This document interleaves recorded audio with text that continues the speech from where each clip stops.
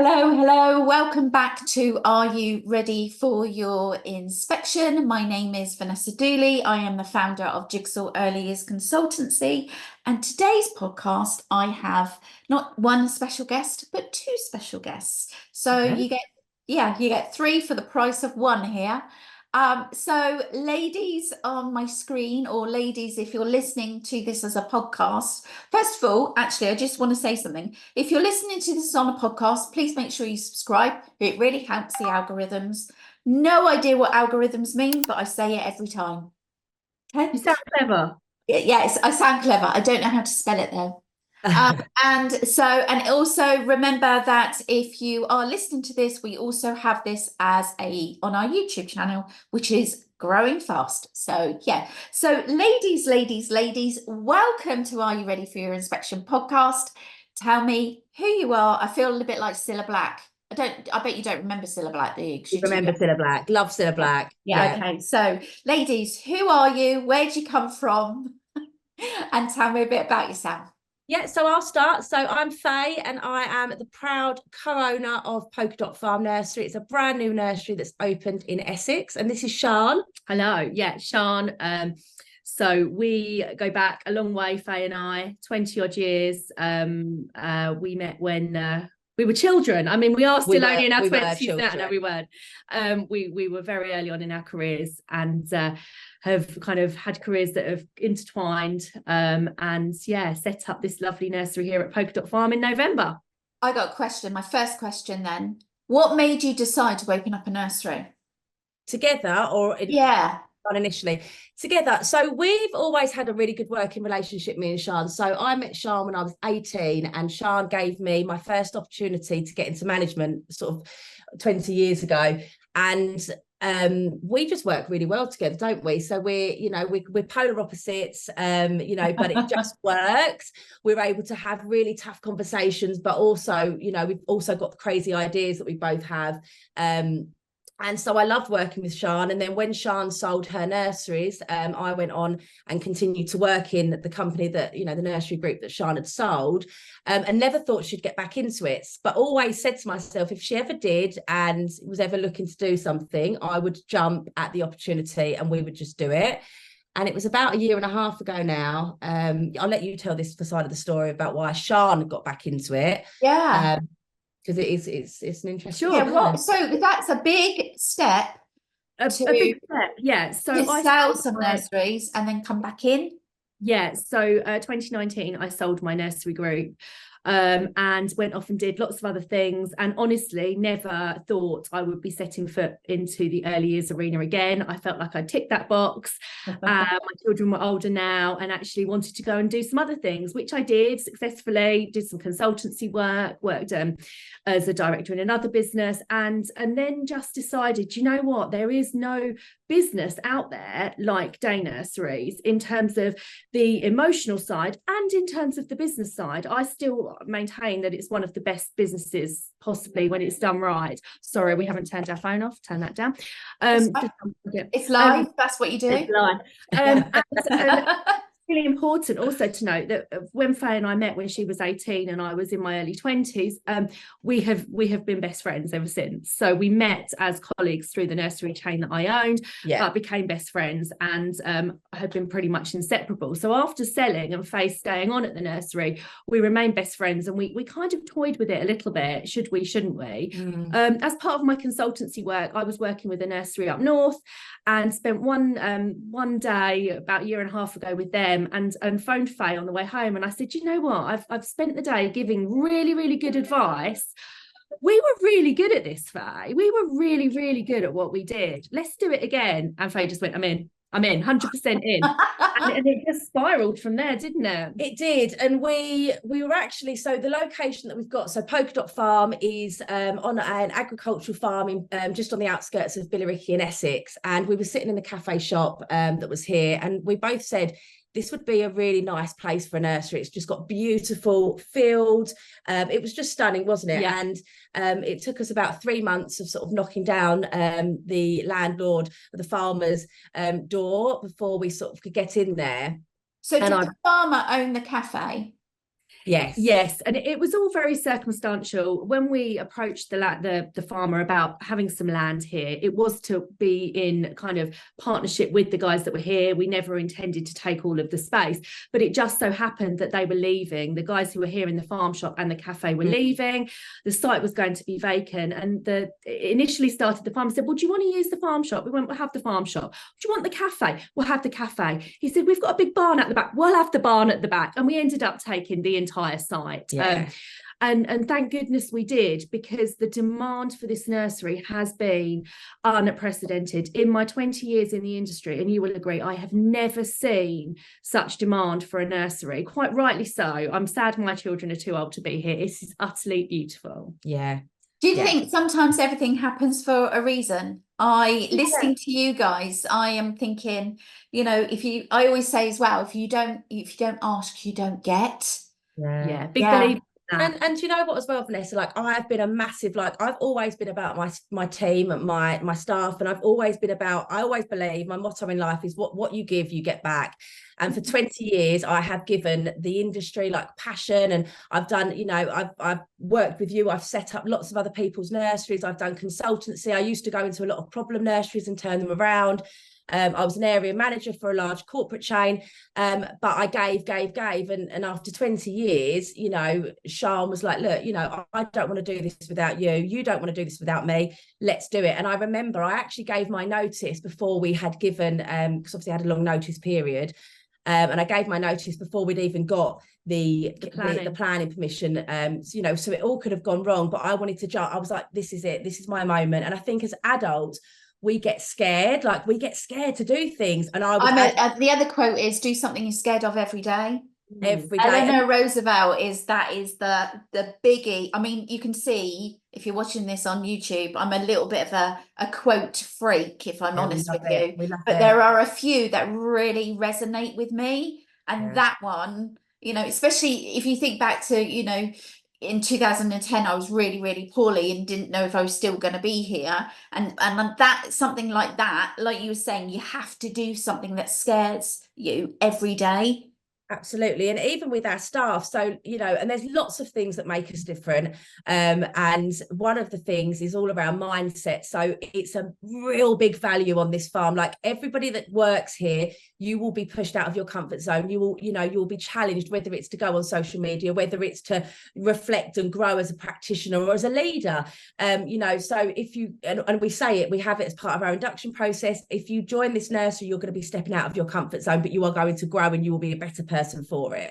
Yeah, we found a lot of people joining us who were probably top of their tree in their nursery. You know, they were the one, they've been there a long time, they're very experienced, they were excellent practitioners, and they've come into a group of 30 really other excellent practitioners, and that's quite a scary place to be, from being top of your tree and top dog to all of a sudden everybody else challenging. But that's brought about this incredible environment where everyone's challenging everyone else to be better, and helping everybody grow. And you know, there's no other outdoor nursery provisions here, so people are having to get used to being outside and all of the challenges that come with that. Beautiful challenges. We couldn't have even, you know, it's we had never been on I'd never run a farm nursery, so you know, we didn't even know anything about the farming world, and we love it now. Like I love the farming world.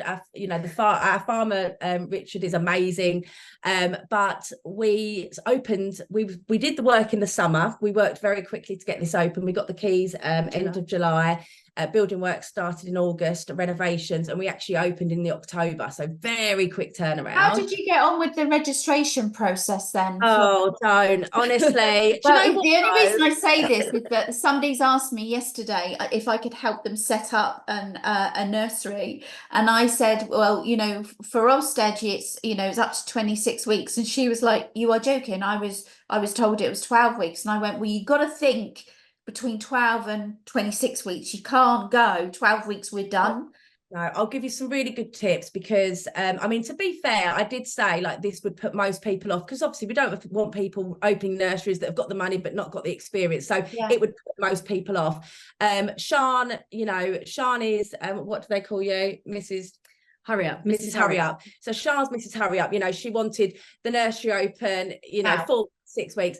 But one piece of advice, and actually I think that what actually got us open in time is Sian was saying you need to call every day. And honestly, I say it too. You had to call. And I was thinking, not every day. No, really, because Hi, how are you? Could you just tell me where we are? What's the status? Have you got the checks back? Do you know what was really scary actually from that process is all of the misinformation. So you would have one call and honestly, I'll tell you one thing one day and then I'd speak to someone else and say, but hang on a minute, they said that, you know, I didn't need my original DBS, that 100% because I'm on the update, you know, and I was being told wrong information. And then the next day I was being told right information. And they were like, look, sorry about that. That was really, really tough. But in the end, luckily, there was what happened is we'd done the process. Sian, Mrs. Hurry Up, had done the registration. She was also known to Ofsted, wasn't you, Sian? So you'd already had this process before, so they knew you from your businesses before, which helped a little bit. Faye's the nominated person, not me. But I am known to Ofsted, so that did help a little bit. But I was, you know, Sian had gone to do it and said, look, the nursery's ready. I mean, I don't even know if we've got the keys at this point, but Sian put the application in, the nursery's ready for you to view. And that went really quickly. And they said, yeah, we'll come down. And of course, we had to say, not quite ready. So we had to start the process again. And, you know, I think it's after 12 weeks, if it's not through and it's not processed and they haven't got all of their information, even if it's a mistake on their side, they'll automatically restart the application, which would have pushed us back another 12 weeks. That would have been horrifying because we took the gamble and said to our team, we're ready for you to start. So they'd given their That's where all your money goes out and you've got no money coming in because you're not registered. Absolutely. And, you know, we had to have the balance. Like we needed to almost be ready with the staff. Some of them had 3 months notice periods. So we had to decide on a date. And then what happened is they'd actually called me and she said, look, I was about to cancel your registration again and start the process again. And it was on something like the postcode for here. She said the postcode wasn't the same or, you know, something like that. And I said, I'm so glad you picked the phone up and we managed to sort it out, book in my registration visit. But she was literally about to press the cancel button and say, start again. Yeah. And it's just crazy that you wouldn't, you know, luckily she did and she was lovely. So you opened then, when did you open? Opened, so the staff started at the beginning of October, children started at the beginning of November. So, I mean, we've only really been running 12, 14 weeks, something like that now. Yeah. We had a big open day at the end of October, so a couple of weeks before we opened. And yeah, off of the back of that open day, we were pretty much full.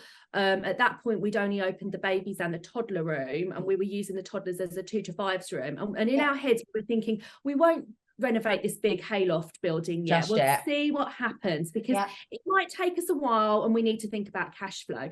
So off the back of that, we said, you know, holy cow, we need to renovate this barn and we need to do it now.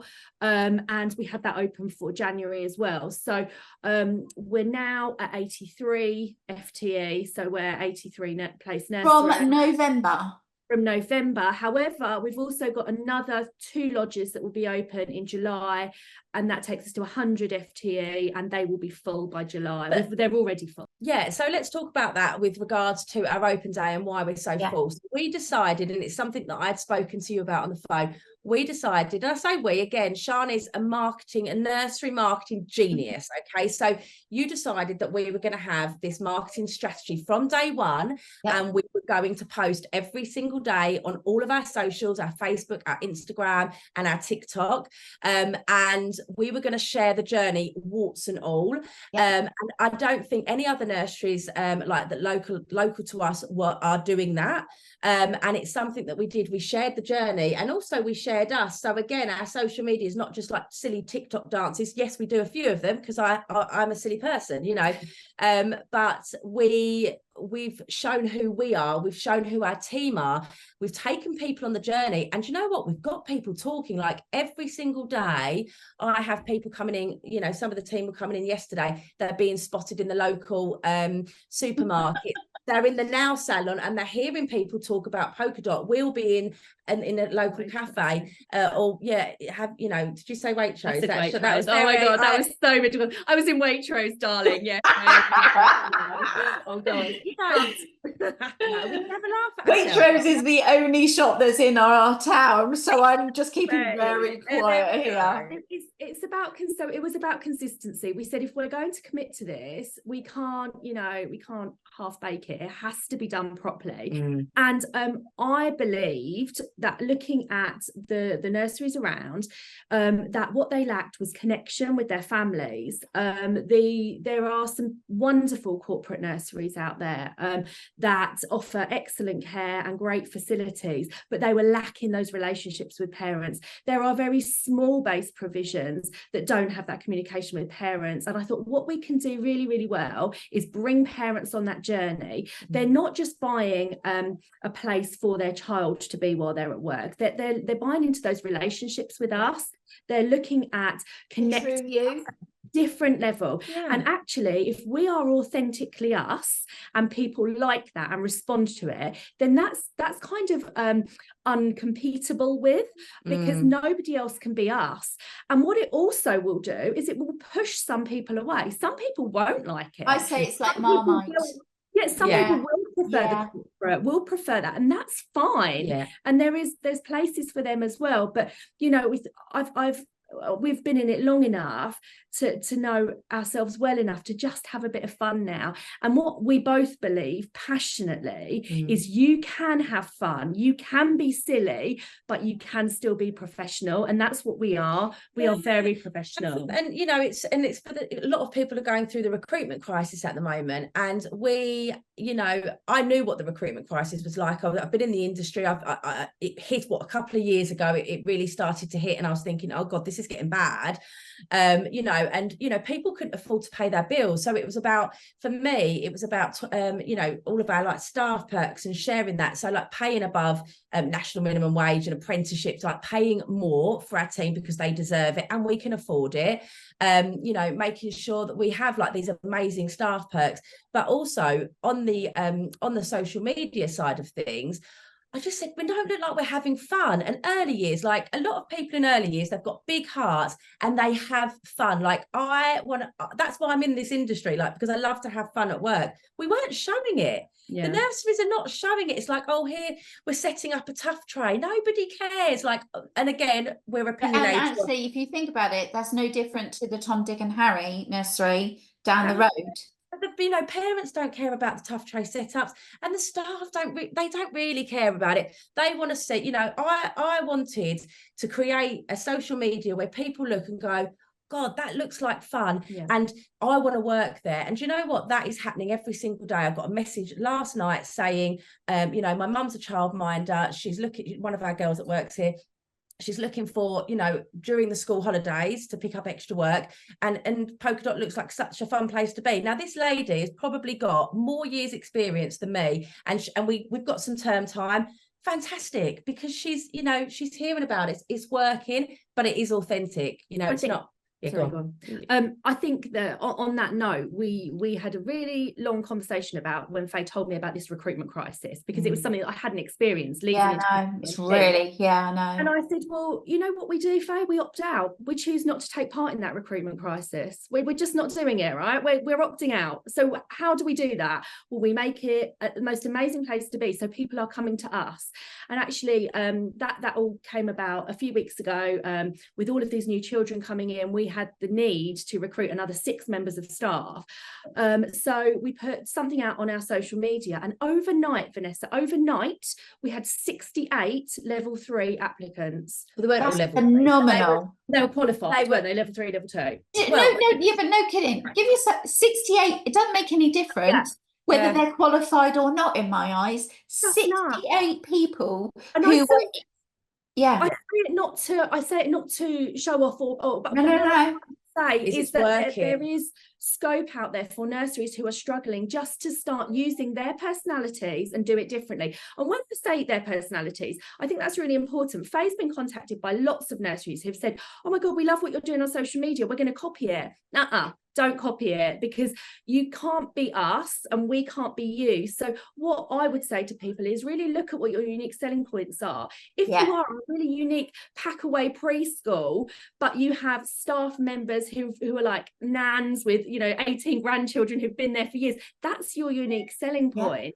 If you are on a school site and you've got, you know, people going off to school, that's your unique selling point. And it's working out what people have got. Some people are going to be really heavily education based. For us, it's the outside play. And it really is finding what people's unique selling points are and then shouting about it. That's the essence of it. I'm a firm believer in the USP. Firm believer, and you almost have to put your blinkers on, stay in your own lane. And I learned this in, I think, the second year of Jigsaw, and we're 8 years in November, and it's like you put your blinkers on, you stay in your lane, but you find out your USP that's totally different from anybody else and run with it. And also the other thing is, and we've learned this in ours since January 24, we always have a word of the year. Our word of the year is innovate. So every year, and actually you'll find that every year we've had a word. So there's a poster around. So all of these words are around our studio. But for me, it's like, what is it that we can do that's actually different from anybody else? And that is the bit. That's like, so when you talk about the TikTok things, exactly the same with us. I remember when Lucy said a year ago for us, I'm going to put you on TikTok. And I went, no, you're not. I am not dancing. I'm not doing that. I am not doing that. I'm not lip syncing. I would like to see that though, like I tell you what I did do. I did do one. I'm going to tell you this. It was like a tumbleweed moment. It was a get ready with me. Okay, yeah. My God, so I thought, right, I'll do my makeup and I'll do my hair, and it was fast forwarded, and I'm walking out the door and I'm driving and all that. I think I probably got 2 views on that one. I was just like, well, they're obviously not interested. But if I put my dog in it, and that's the thing with the TikTok. So last year, you know, I've got 2 black labs. Lucy used to ask me these questions, and the black labs, you know, Monty and Lucy would be with me in the field. I'd be on the field. Lucy, our operations manager, will ask me a question. I would do it. The dogs would go absolutely crazy because I'm speaking and I've got treats in my pocket. And it just literally, and so many people would say, who is this lady with the dogs? Who is this lady that's given information about the dogs? And that's how it just went. And I remember Lucy said, I'm going to put it on. And I went, no, you're not. No, you're not. And gospel truth, my phone, I was watching the TV and my phone there, and I was thinking, why is my phone going, you know, when it lights up all these notifications? And I was like, what? Viral. Yeah, and it just went, and I was like, oh my God. Then a message from Lucy going, don't suppose you've seen what's going on? And I was like, did you put something on there? And she went, yeah, I did. And actually now it's just, and I feel a little bit, if I don't, and we do them every day we do, like you guys, we're consistent. And that is the other thing, isn't it? Is consistent. And also experiment. That is our thing this year, is experiment. If it doesn't work, it doesn't work. So actually you just need to find something else that does work. And I think you cannot be afraid. No, and that's how I found you, you know, and it's that's what I know you for is answer. And I think it's actually very clever what you did, Vanessa, with answering those questions, because nobody else was doing it. And what it meant was a lot of professionals were sharing your videos into their work WhatsApp groups, tagging. No, but it was great. You were answering questions that were needed to be answered. So you found your USP. And that's what it's all about. So, you know, if people are thinking of setting up, you know, or going, and we have seen it, that we have noticed that people are starting to, you know, branch out a little bit more with their social media, but it's got to be authentic to who you are. Yeah, it has to be. And you have to find it that actually it relays to you. You have to show that personality of you. Now, I know that I'm having this conversation with you guys, and I've watched your TikTok, and I can see, you know, that is you. Yeah. I have to say, I do like the silver salopettes. I'm just going, oh, we've got them over there. I know. I definitely styled them. Well, that's the thing, isn't it? And I've seen some, and I don't, you know, bad mouthing other people is absolutely not our bag, but you see someone, you think, oh, you're not quite the right person for that, and people look uncomfortable, and that's okay. It's not for everybody. No, it's not. There'll be somebody in the setting that does it. So it's finding the right person. It's that consistency, like you said. So, you know, for us, every single day you will see us we will post out on Instagram, on Facebook, on TikTok. You will get reels, you will get grid posts, and throughout the day you'll have pictures going up on Instagram, and that is essentially a full-time job. Tell me about it. Because it's not just posting, it's responding to comments, and that is the other thing, isn't it? Responding to those comments, responding properly, and using it as the right mix of sharing what we're doing, but also as a marketing channel. Tonight we've got an evening for parents to come in to talk about the new 2-year funding, so we've been using that as a marketing tool. Whilst we're full, we're not going to stop marketing, because, you know, children grow up and places become available. So it's just working out that balance. And even yesterday, my greatest story from TikTok, because everyone says, I remember someone saying to me that they'd spoken about our social medias at their managers meeting, and the manager said, our parents aren't on TikTok. Now, I'm a parent. We've got lots of parents in this nursery, you know, and because they're not on TikTok, because TikTok's not their thing, they're stopping their business from, you know, and it's not, you know, okay, your parents might not be on TikTok, it's not true, but your team are. And that's, I think our team, when we put that post out that we were looking for people, we'd had people following us. So, you know, we've got people talking about us in London, and people had been following us. And I put the post out, and we found 2 level 3s from TikTok, and we were talking about it with them yesterday. And they said, we will, as soon as you put the post out saying you're looking for people, they were like, we need to be there. And they're the people, when Sian talks about it will pull some people closer and push some people away, we want people, and this is the same for our families, we want you to walk onto this farm and say, I want to be here. How can I be? There's none of this sitting on the fence like, oh, it's okay. No, you need to come here and love it, because if you don't, it's not going to work. It's not a job, it's a lifestyle. Yeah, it is. You're right. Yeah. And actually, I agree with you about the TikTok, because I remember saying this to Lucy, our ops manager, saying, we're not going to get anything. We have more now on our quality improvement audits on TikTok than we have on anything else. I mean, yeah, we don't normally promote them. We don't promote them. I'll be honest with you. You'll very rarely see me promoting our audits. But from that, it's from staff who have gone back to their managers going, look, I know you want this being done. Why not try this? And the other thing I get is when someone rings and I pick the phone up and go, hello, Jigsaw EYC Consultancy, Vanessa speaking, blah, blah, blah. And they go, oh, this is the classic, oh my God, you've picked the phone up. Yeah. Yeah. I was like, I'm speaking to Vanessa. I'm not going to lie. I wasn't going to tell you that at the time. But, you know, and it's lovely. And even, I mean, we haven't got 50,000 followers. We don't, but we've got a lot of, there's people that are not following us that are following us. Yeah. And we was showing not a local nursery, they were from up north, and they'd come down because they'd seen us on TikTok, and I'd sort of walked through like with my crazy pink salopettes, and they were like, oh, you're famous. And we're not famous. We've got 1,000 followers. But we're being vulnerable. We're showing who we are. It is that. There's people that are definitely unfollowed, and I get it. You know, it's for us.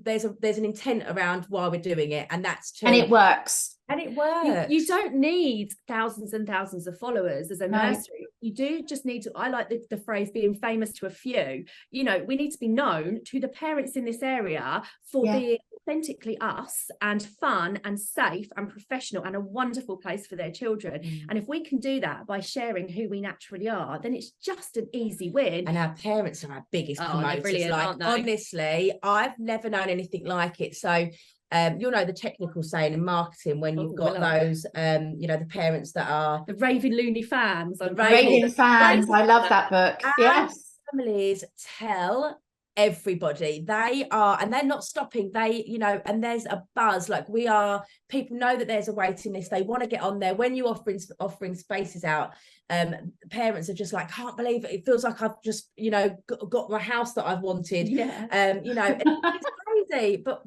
that's because the parents are all on the same journey with us. Like, we love our families, and they love us. And if you just looking at our Google reviews, like, that's just amazing what we've created. But that's because there's a buzz, there's a lot of love on this farm. I think it's one of those things, is creating that buzz, isn't it? And I think you've nailed it. You've just got it to a T on whatever you are doing. Don't stop, because and don't stop being the true you. Put your blinkers on, stay in your lane, do what you do, and then you can be your authentic self, whether it's with your silver salopettes or your pink ones. I don't care. I will still go like this on the school run. I do get a few looks on the school run, and I just have to be like, those that get it, and those that don't. It's they must be like, oh God, it's her again. I'd love to be able to wear silver salopettes to work. I can tell I've always had like a funky fashion, and I love the fact, and I'll go on to this now a little bit about our uniqueness and what we offer our team. But one of the things when we sat down and we really planned out, like, what are our values, and what do our staff perks need to look like what do we want them to be? And we were talking like uniform, and I'm like, why do they have to wear black trousers and black shoes? Like, why can you not have pink hair? Why can you not have a tattoo? And we want people, like, we value people for who they are, the good, the bad, and the ugly, and we want to celebrate our differences, and we want our children to do that. So we said, like, you can wear jeans, you can wear, if you want to wear dungarees, like, and by giving the staff that creative control, like, honestly, like our WhatsApp group, and not just doing that, but also saying, we understand that that's going to cost to buy salopettes, and you might not want to spend. So when you join us, you get £100 uniform allowance on top of the standard uniform, and they just funk it up. So like, everyone started wearing the pink hats. People started buying silver salopettes, pink salopettes. What else have been the trends? Funky Crocs for the rooms, funky wellies, and there's a real like individuality about that, and I love that as well. I think in my previous business, it was the black trousers, navy blue top, and it was very standard, and that's just what everyone did. But I think with everything at Polka Dot Farm, we're looking at it and saying, first of all, does it need to be that way, and why has it always been that way, and let's just challenge it. And once you start to get those values into your team, that you are challenging things as minor as it seems as uniform, they start to challenge everything. Well, why do we do transitions like that? Why are we doing lunchtime like that? Why are we? Which was our discussion on the inspection hub yesterday. Exactly. Yeah, I watched that last night. Loved that. And it's just a really beautiful thing to show from the top in a business that challenging is okay, and it should be embraced. Just because we've always done it doesn't mean that's another saying. If you always do what you always do, you always get what you always get. Exactly. And I love it. And Sian is very, very controversial, and that was something that we wanted, again, on the socials, you're like, I want to have an opinion. Well, you are, and like, sometimes we have to rein each other in, and that, that partnership, like, you can't say that, but why? Because even like, I'm going to say it now because you're right. She's sometimes right. I don't know what you're going to say. No, she's always right, which is super annoying. But one of the things was, you were talking about the apprenticeships and National Apprenticeship Week, and everyone, you see like the roll-on effect, right? Everyone suddenly getting presents for their apprentices, or on socials, you mean? On socials. And we just don't like to then jump on the bandwagon. We like to do things differently, and we haven't done it. But I love the idea, and Sian said, I want to talk about the fact that we don't pay apprenticeship wage, like whatever that is now, £4 or £5. Like, we pay national minimum wage for that, for their age. Rather than the apprenticeship. Like, people have got to pay bills. We even, who can live on like £4 an hour? Like, that's insane. But again, it's going against the grain. And I think lots of people quite rightly celebrated their apprentices last week and did things like, here we go, I'm going to give them a Kit Kat to say thank you or whatever. And it just was done, but as tokenism. And that's something that a Polka Dot Farm that we are just against. What do we want to achieve? Well, actually, rewinding it right back, we are refusing to pay our apprentices the ridiculous low wage that they get, because they help our business be so successful that we can afford to pay them a decent wage for what they are doing. And actually, I hear that. We should have done that, but we didn't. It's controversial. A similar one I did was I put out a video about my opinion on CCTV in nurseries. We have CCTV, we have CCTV, but we don't have parent cams. And actually, it's ridiculous. It doesn't matter what my opinion is, but the point is it's having an opinion. And it goes right back to Vanessa, to the start of the conversation, when we said you will pull some people close with that opinion and you will push others away, and that's okay, because those parents that do want the parent cams in the nursery, they're not our parents, then we're not right for them, because I don't like them. I don't believe that I think they create anxiety issues for parents and whatnot. But it's okay to be Marmite. Okay, yeah, it's okay. Definitely. I mean, there's no choice with me. I am Marmite, so there's no choice. But we love that, and we talk about, when you said the word of the year, I wonder if you can guess what our word of the year is. We'll say it after three. 1, 2, 3. The vibe. The vibe. Do you know what's interesting? We've never said, I'm not someone that spent my life talking about this vibe. I've always liked really positive people. I like, I don't like negative people. We're always going to have challenges in life, and it's about how we overcome them. That's always been my mindset. Anyone that's worked with me, but I've never used the word vibe, but we kept on saying, like, it's just a vibe. This is a vibe, like it needs to be the right vibe. It's a feeling, it's that positive energy. You're right, it is a feeling. Our parents are saying it. If you go onto our Google reviews, and like every single parent, I love it. The it's parents, vibe. They're like, parents are like, it's a vibe on that. And I love the fact I'll be doing show rounds, and they'll be going, and I can tell they've seen our socials, because they'll go, it's just such a vibe. And I'm like, this is mad. We've created, because we wasn't saying vibe. That we hate ourselves a little bit for saying it sometimes. You've got to say it. You've got to be your tribe and your vibe. I love it. I do love it. And that's why we did the Mickey, taking the Mickey out of each other. Because you know what, we can laugh at each other. We can have a laugh. We're not perfect, but no one is, right? But even with going back to our staff perks, and some, when we were sort of collating all of this with our HR and going through it, making sure that after 2 years, our team will get a holiday voucher for £500, and then after 5 years they get a holiday voucher for £1,000. And we love that. Like, I love that I could bring that into the industry, and a lot of people said, oh, they won't be able to keep up with that. They won't be able to afford to do that. It's like, well, we're already budgeting for it now. And why not in 2 years' time? Like, we're really successful, the nursery is flourishing. Why can't we give back to our team instead of doing like bonuses here and there? Like, that's where we're spending our money on.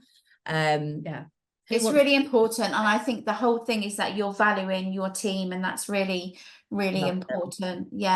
I need to I need to like, stop talking. Sorry. I need to rein you in. I've absolutely loved talking to you, because one of the things I would say, I don't even know if this one here, can you see this one? Fire in your belly. Yes. And actually, you give me fire in my belly, so that's a good thing. So thank you very much for giving this to me before I go on holiday today. I'm like, oh my God, I'm buzzing. Got so much to do. We've got to. I know, so much to do and so little time. So we film a TikTok. Can you come down here and we do like I'd love that. Yeah, I'll do it with you. Yeah, I just need to. I can't do a TikTok while I'll die. I can't do a TikTok before 10 o'clock because my wrinkles don't iron out until 10 o'clock. No kidding, I've learned them.